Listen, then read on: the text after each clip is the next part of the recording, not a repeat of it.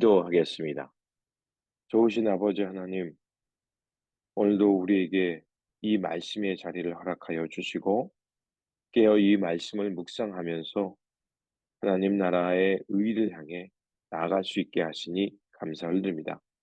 오늘도 우리에게 주신 말씀 붙들고 이 세상 도전 가운데 우리가 믿음을 지켜낼 수 있는 귀한 깨달음을 얻게 하여 주시고, 그 깨달음을 통해서 오늘도 우리에게 주어진 삶 속에서 좌로나 우로나 치우침 없이 묵묵히 하나님 나라의 의의 길을 걷는 우리 모두가 되게 하여 주옵소서.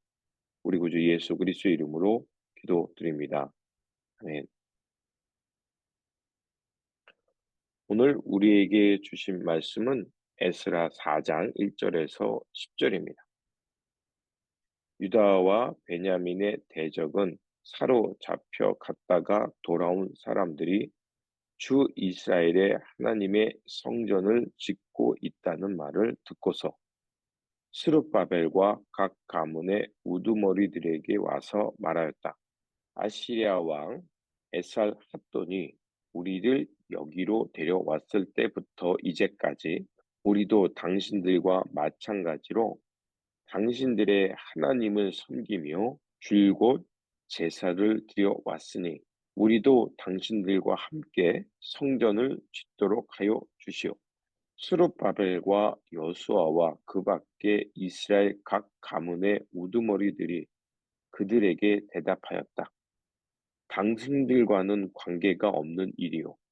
주 우리의 하나님께 성전을 지어 드리는 것은 우리가 할 일이요. 페르시아 왕 고레스가 우리에게 명령한 대로 주 이스라엘의 하나님의 성전을 짓는 것은 오로지 우리가 할 일이요. 이 말을 들은 그 땅 백성은 성전 짓는 일을 방해하여 유다 백성의 사기를 떨어뜨렸다.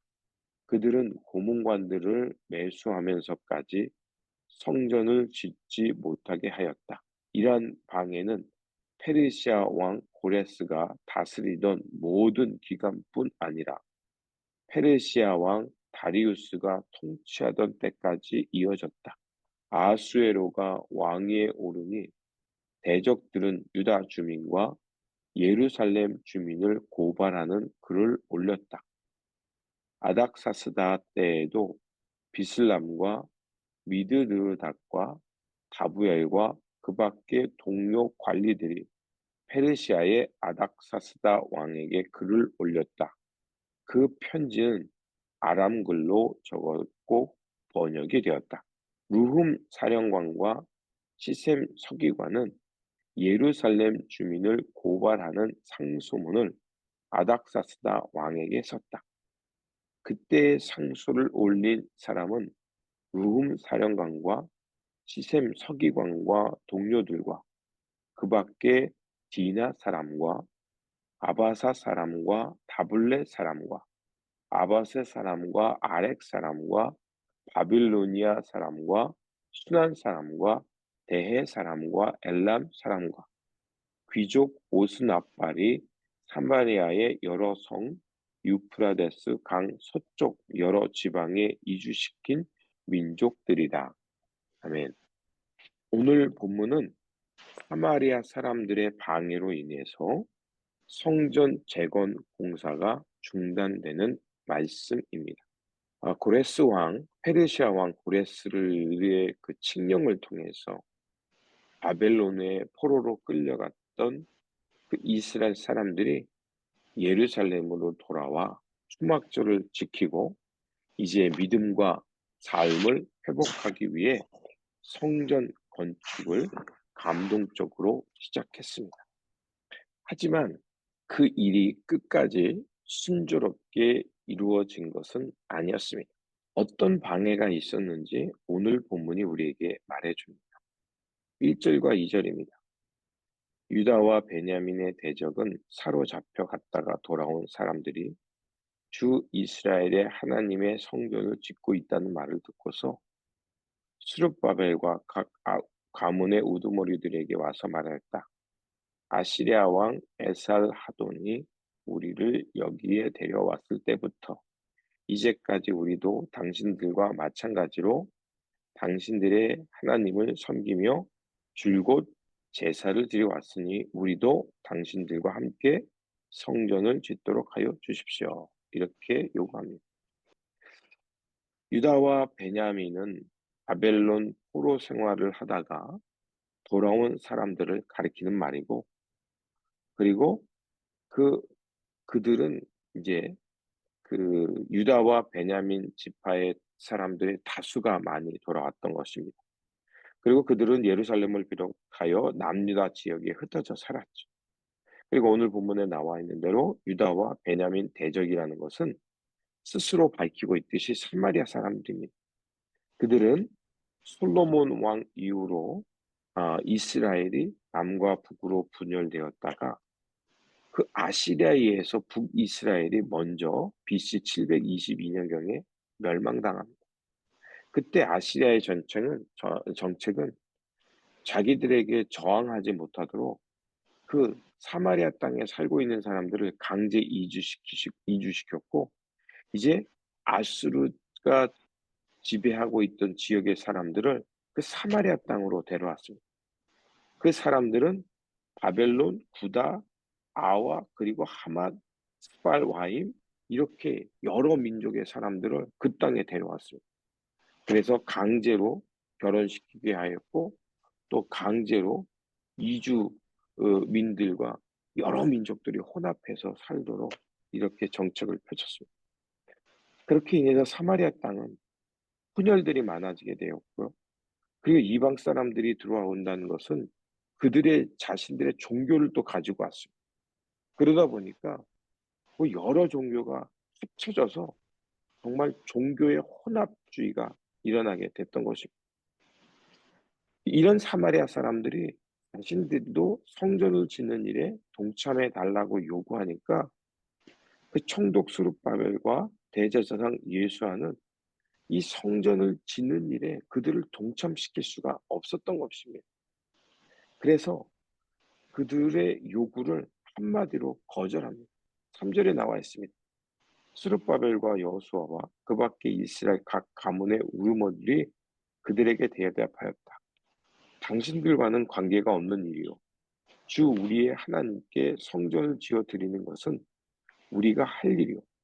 페르시아 왕 고레스가 우리에게 명령한 대로 주 이스라엘의 하나님의 성전을 짓는 것은 오롯이 우리가 할 일이요. 이렇게 말합니다. 자, 북이스라엘과 남유다가 망하게 된 데에는 물론 국방의 약화도 있고 시대 정신을 이해하지 못한 그 외교력에도 있겠지만, 결정적인 이유는 남과 북 모두 여호와 하나님을 섬기는 그 언약을 버리고 바알과 아세라, 그리고 가나안들의 토속 신들을 섬기면서 하나님을 섬긴다고 말은 하는데 그들의 행실은 자기 편의주의, 종교의 혼합주의를 통해서 자기 마음대로 섬겼던 겁니다. 때문에 하나님은 그들에게 언약을 회복하고 하나님의 백성다움을 회복하라고 말씀하셨지만 그들은 그것을 거부했습니다. 그러다 결국 하나님으로부터 진노의 심판을 받게 되어 바벨론의 포로로 끌려가서 노예의 삶을 살 수밖에 없었습니다. 그들은 이 역사를 통해 정말 뼈아픈 깨달음을 얻었고, 그리고 하나님 앞에 통곡하며 자신들의 과오를 참회했던 것입니다. 그렇게 그들이 이 성전을 짓는 일에 있어서 다시는 이방의 손과 또 다른 종교를 빌려와서 하나님의 성전을 훼손하고자 하고 싶었던 마음이 전혀 없었던 겁니다.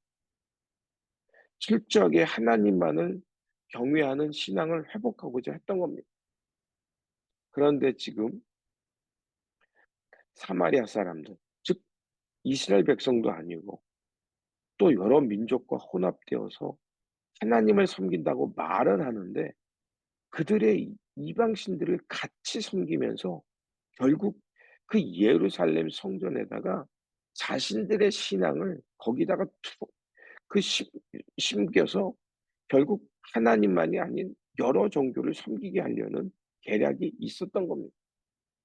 그래서 스룹바벨과 여수아가 거절할 수밖에 없었습니다. 그러자 그때부터 그 사람들의 속내가 4 절에서 5 절에 드러납니다. 이렇게 되어 있습니다. 이 말을 들은 그 땅 백성은 성전 짓는 일을 방해하여 유다 백성의 사기를 떨어뜨렸다. 그들은 고문관들을 매수하면서까지 성전을 짓지 못하게 하였다. 이러한 방해는 페르시아 왕 고레스가 다스리던 모든 기간뿐 아니라 페르시아 왕 다리우스가 통치하던 때까지 이어졌다. 자, 그들이 성전 짓는 것을 회방하는 방법이 나옵니다. 세 가지로 나옵니다. 유다 백성들의 손을 약하게 하였다. 건축을 방해하도록 뇌물을 먹였다. 그리고 그들을 심리적으로 불안하게 했다라고 말합니다. 우리가 하나님의 나라, 하나님의 진리를 향해 살고자 할 때 그 길이 순순히 갈 수 없음을 또한 우리에게 말해줍니다. 악한 세력은 언제나 우리로 하여금 하나님의 진리의 길을 가는 것을 막고 방해 공작을 펼칠 수 있다는 것입니다. 성전 건축 공사가 그 방해받은 것이 언제까지냐면 오늘 본문 24 절에 이렇게 되어 있습니다. 이에 예루살렘에서 하나님의 성전 공사가 바사왕 다리오 제2년까지 중단되었다라고 말합니다. 자, 고레스 왕 원년부터 여기 나와 있는 대로 다리오 왕 제2년까지라고 말하면 이 공사의 시작이 주전 536년이었어요. 그리고 여기에 언급한 대로 다리오 왕 2년이었다는 것은 520년경입니다. 즉 16년 동안 성전 기초만 놓고 공사는 하지 못한 채 방치되어 있었다는 것입니다. 그리고 7절과 11절, 23절에 그, 그 관리들의 이름이 나옵니다. 특히 23절에 르훔과 시셈 서기관과 동료 관리들은 아닥사스다 왕의 편지를 읽고 곧 예루살렘으로 올라가서 유다 사람이 일을 하지 못하게 무력을 써서 막았다라고 말합니다.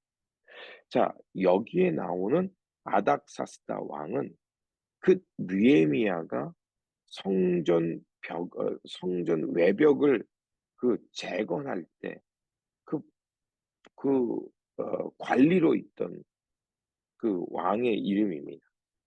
그러니까 그 일은 성전 건축을 마치고 대략 90년 후의 일입니다.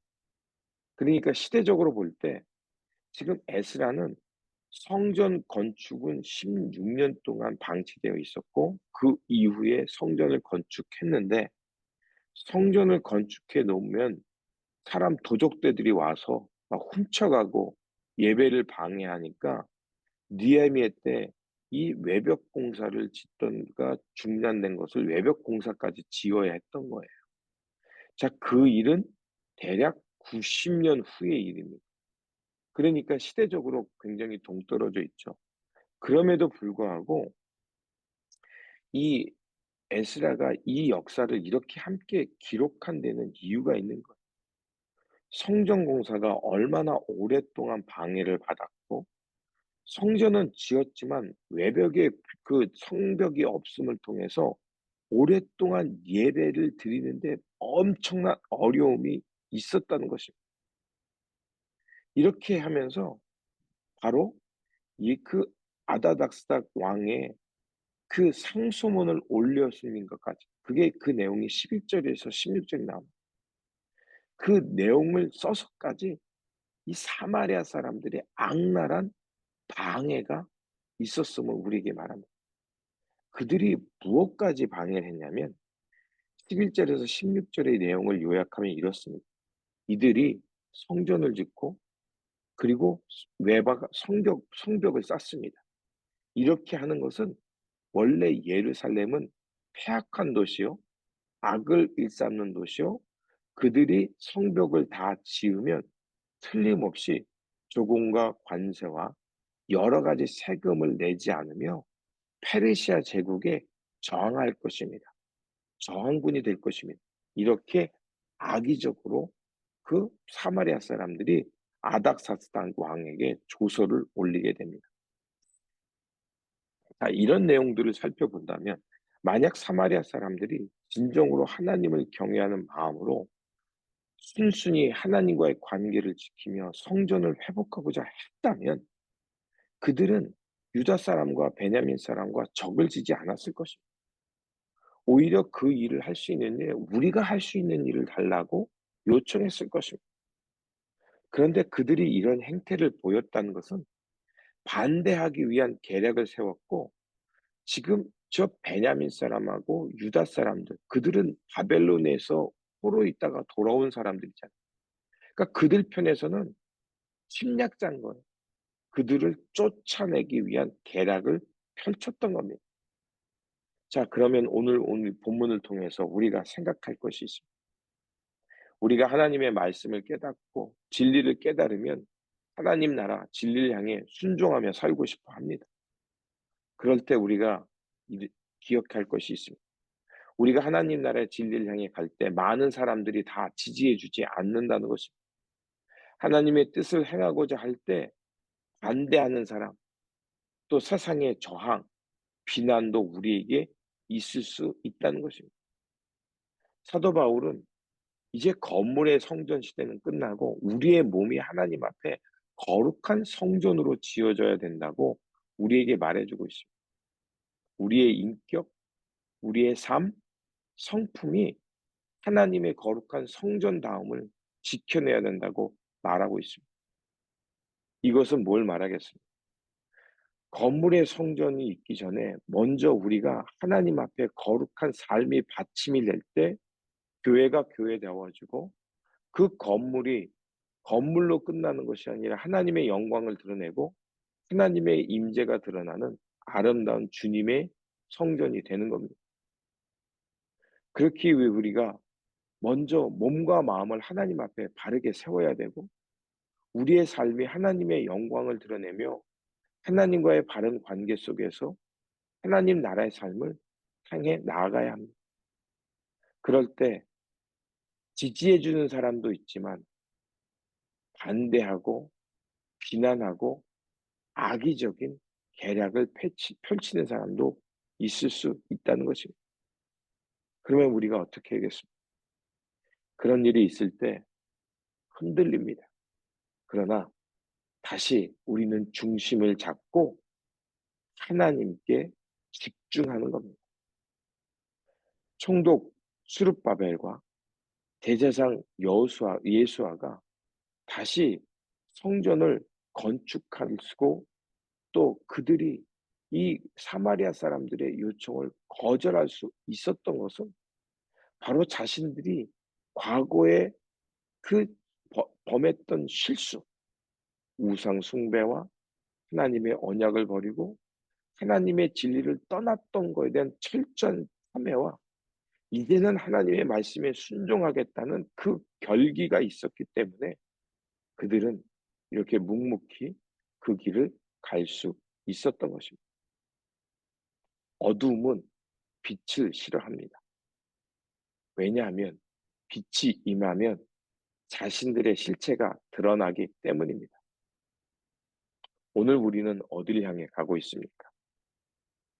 바라옵기는 오늘 우리에게 주신 이 말씀을 붙들고 하나님의 진리를 향해 순복하며 살아가는 사람들이 되기를 소망합니다.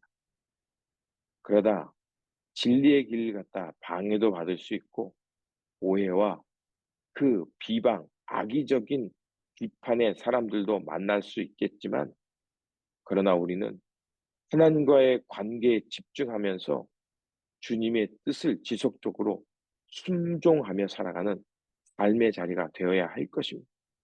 이것이 우리가 주님 앞에서 지어져 가는 거룩한 성전이며 또 우리가 이렇게 거룩한 성전으로 굳건하게 설 때 하나님의 나라와 하나님의 선한 역사가 이 땅에 세워지게 될 줄 믿습니다. 이러한 거룩한 성전으로 살아가시기를 주님의 이름으로 축원드립니다. 기도하겠습니다. 선한 역사를 이루어 가시는 하나님, 이스라엘 백성들이 포로된 삶을 청산하고 예루살렘에 돌아와 하나님의 거룩한 성전을 재건하고자 했습니다. 하지만 그 일에 반대자들을 만나 난관에 봉착하기도 했습니다. 주님, 우리가 주님의 길을 따를 때 세상의 저항을 만나고 비방을 들을 때도 있습니다. 그러나 그때 낙심하지 않게 하시고 주님의 뜻을 바르게 알고 순종하며 묵묵히 거룩한 성전으로 살아가게 하여 주옵소서. 그래서 온전히 주님께만 집중하며 주님의 길을 따름으로 하나님 나라의 진리와 의, 생명과 평화의 꽃을 피워내는 하나님의 살아있는 성전들 되게 하여 주옵소서. 우리 구주 예수 그리스도의 이름으로 기도드립니다. 아멘.